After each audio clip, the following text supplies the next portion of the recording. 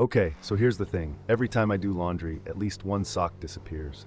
It's like there's a secret portal in my washing machine that leads to some sock dimension. And it's not just me. My brother, my dad, even my mom, we're all down to mismatched socks. It's chaos.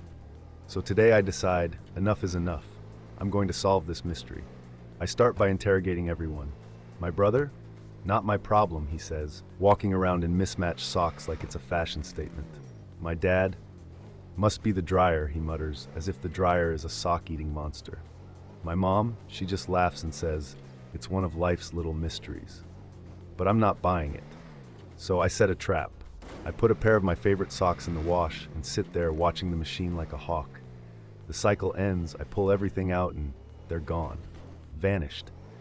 I'm standing there holding one sock like, am I losing my mind? And then it hits me.